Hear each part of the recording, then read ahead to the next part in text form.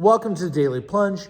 We're in the first book of Samuel, chapter 1, verses 1 through 20. Now, Samuel follows up on the book of Judges, which ended with this verse: Israel had no king, which is supposed to be the Lord. And so everyone just did as they saw fit. And the book of Judges just sort of culminates in just this crazy stuff that shows how broken they are. And then we pick up here. And there's this guy from Ephraim, the hill country, and his name is Elkanah. Now, Ephraim had some weird stuff happen in it too, but we're not going to get into that. We don't have time. He's got two wives, Hannah and Peninnah. Now, Hannah is barren. She has no children, and the other wife, she's got like 10 boys and a bunch of kids, and they have a rivalry. They're provoked. Peninnah is constantly ridiculing Hannah, and she is her adversary. Now, one of the things about the Bible is that where in Western thought we want a prescriptive explanation of what God is for and what God is against, in the Old Testament, in Hebrew thought, it's not so much a explanation as a story is given. And there is no story in the Bible that shows that having two wives works out well, okay? Even though they don't speak against it directly. Now, Elkanah himself provokes this jealousy because he loves Hannah more, gives her extra share of food, even though the other wife has got a bunch of mouths to feed. And to console his wife, he's sort of really infatuated with themselves. Am I not enough for you? Right? And don't I mean more than 10 sons? Now we're told that the Lord shut her womb.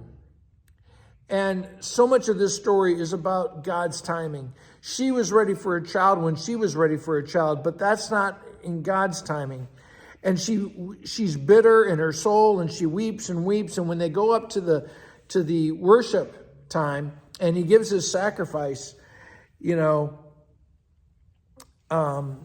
she's feeling this competition with the other wife, and she feels who's constantly picking on her and has no sympathy for her.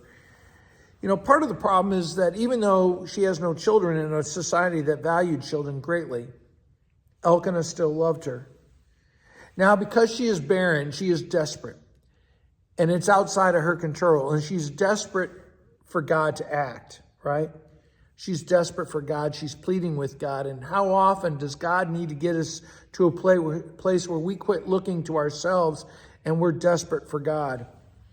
And so out of adversity, she still has great faith and trust in the Lord. She doesn't abandon him for some false god or some other thing. She's desperate for God, and God is listening, and God is working in the midst of this. Even though we don't hear God's voice, we know that God is working in the midst of this human brokenness, in the midst of this human desperation.